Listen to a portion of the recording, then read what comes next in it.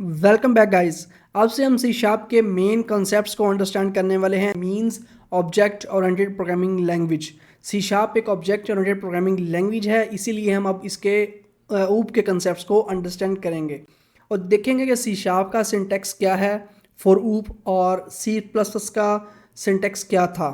ठीक है, ऊप एक लैंग्वेज नहीं है। ऑब्जेक्ट ओरिएंटेड प्रोग्राम जो ऑब्जेक्ट ओरिएंटेड हम कहते हैं, जो वर्ड कहते हैं, वो एक लैंग्वेज नहीं है, वो एक आपका स्ट्रक्चर है, एक फ़्लो है एप्लीकेशन को या प्रोग्राम को लिखने का। जो सी शार्प है ये लैंग्वेज है, सी प्लस प्लस भी एक लैंग्वेज है। दोनों इसी कंसेप्ट पे बिल्ड हुई हुई हैं, ऑब्जेक्ट ओरिएंटेड प्रोग्रामिंग लैंग्वेज के ऊपर। दोनों का सिंटैक्स डिफरेंट होगा। अच्छा, चलें स्टार्ट करते हैं। सबसे पहले आपने ऑलरेडी इसको अंडरस्टैंड किया होगा क्लास क्या होती है। चलें इसको रिकॉल भी कर लेते हैं। क्लास बेसिकली आपका एक ऑब्जेक्ट होता है, ठीक है, एक टेम्पलेट होता है, मीन के पूरा टेम्पलेट होता है जिसके अंदर उसके अंडरलाइन मेथड्स होते हैं। मेथड्स मीन के एक टेम्पलेट है होगा आपके पास, ठीक है, उसके अंदर मल्टीपल उसके ऑब्जेक्ट्स होंगे। ठीक है, लाइक मैं एग्जांपल देता हूँ कैलकुलेटर की। अब एक क्लास बनाते हैं आप कैलकुलेटर की, उसके अंडरलाइन मल्टीपल उसके मेथड्स होंगे। कैलकुलेटर के अंदर कौन से फंक्शंस होते हैं, ठीक है, ऐड होता है, सब्ट्रैक्ट होता है, डिवीजन होता है, तो वो आपकी मेन क्लास कौन सी कैलकुलेटर, उसके अंदर मल्टीपल क्या होंगे, उसके फंक्शंस होंगे। तो जो क्लास है एज अ टेम्पलेट वर्क कर रही होती है। ठीक है, अब इसके अंदर एक वर्ड बोला जाता है बार बार, ऑब्जेक्ट। अब ऑब्जेक्ट क्या है? जब एक क्लास है, आपको मैंने बताया कि एक आपने क्लास बनाई, एक टेम्पलेट बना, उसके अंदर मल्टीपल फंक्शंस हैं। ठीक है, अब इस ये पूरी एक टेम्पलेट है ना, टेम्पलेट। अब इसका एक ये पूरा एक ऑब्जेक्ट बन चुका है। ठीक है, ये टेम्पलेट है। पहले इसका ऑब्जेक्ट बनाएंगे एज अ इंस्टेंस। उसको यूज़ करते हुए हम इसके फंक्शंस को कॉल कर सकते हैं, इनको यूज़ कर सकते हैं। ठीक है, ऑब्जेक्ट बना के इसका।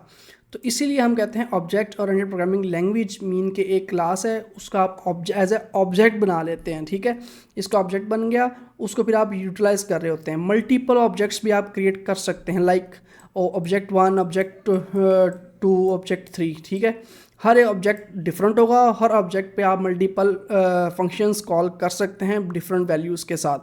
चलें इसको प्रैक्टिकल एग्जांपल के साथ देखते हैं इन विजुअल स्टूडियो। चेक करते हैं क्लास हम किस तरह क्रिएट करते हैं इन विजुअल स्टूडियो और यूजिंग सी शार्प। तो जी गाइस, मैं विजुअल स्टूडियो पे आ चुका हूँ। यहाँ पे आप देख रहे हैं कि मैंने एक प्रोजेक्ट ऐड किया है कंसोल का, क्लास इन सी शार्प के नेम से। ठीक है, अब इसके अंदर आपको एक फाइल शो हो रही होगी, program.cs। बेसिकली ये as a startup file use हो रही होती है एज अ मेन फंक्शन।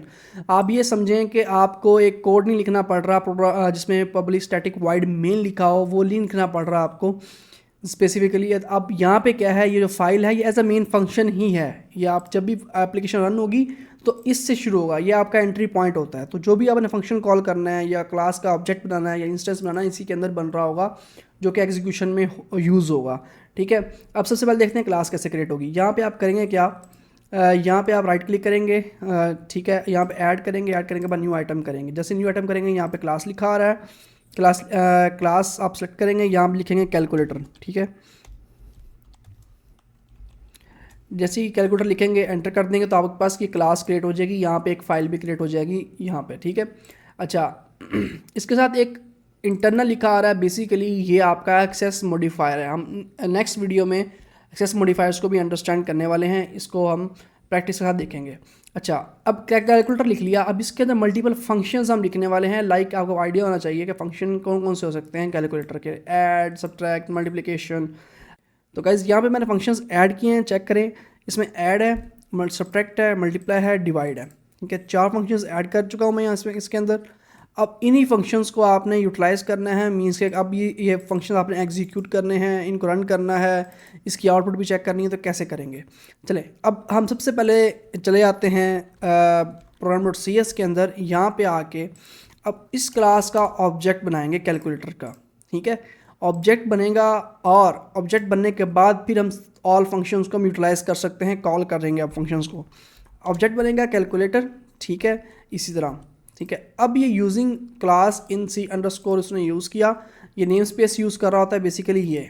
ठीक है, जो नेम स्पेस मैंने लिखी यहाँ पे कैलकुलेटर की, जो बाय डिफ़ॉल्ट यहाँ पे क्लास क्रिएट करते हुए बन गई थी, वही नेम स्पेस ने यहाँ पे यूज़ की। ठीक है, और यूज़ करते हुए ये ऑब्जेक्ट बना। अब ऑब्जेक्ट बनाने के बाद अब इस कैलकुलेटर को यूज़ करते हुए आपने मल्टीपल आउटपुट्स लेनी है लाइक, ठीक है। मैं कहता हूँ यहाँ पे, मैं यहाँ पे इस तरह कर लेते हैं, इसको करते हैं ऐड, ठीक है, ऐड का फंक्शन है ना, ऐड रिज़ल्ट कर लेते हैं, ऐड रिज़ल्ट कर लेते हैं और यहाँ पे कैलकुलेटर डॉट ऐड करता हूँ मैं, ठीक है। जब ऐड किया, अब यहाँ पे आपको ए और बी मीन के दो वैल्यूज़ के अंदर पास करनी है आपने, तो कौन कौन सी पास करें आप, 5 कर दें और यहाँ पे आप 8 कर दें, ठीक है।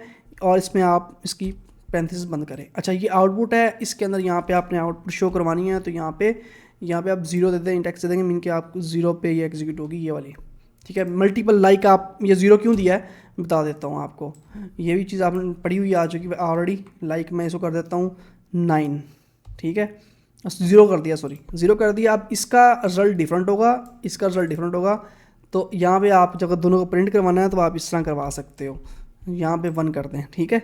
मीन कि आप नंबरिंग दे रहे हैं कि 0 इंडेक्स पे ये वाला आउटपुट, ये वाली इधर आएगी और ये इधर आएगी, ठीक है। अच्छा, इसी तरह अब ये फंक्शन आपने लिखा ऐड रिज़ल्ट, इसी को आप कॉपी कर लें, ठीक है। करने के बाद इसमें पेस्ट करें और यहाँ पे आप ऐड को किया, अब आप कर लें सब्ट्रैक्ट, ठीक है। सब्ट्रैक्ट रिज़ल्ट करने के लिए आप यहाँ पे सब्ट्रैक्ट कर देते हैं, ठीक है।